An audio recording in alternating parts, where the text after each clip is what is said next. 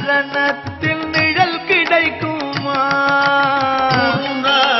சரணத்தில் நிழல் கிடைக்குமா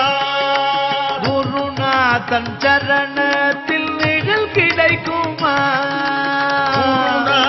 சரணத்தில் நிழல் கிடைக்குமா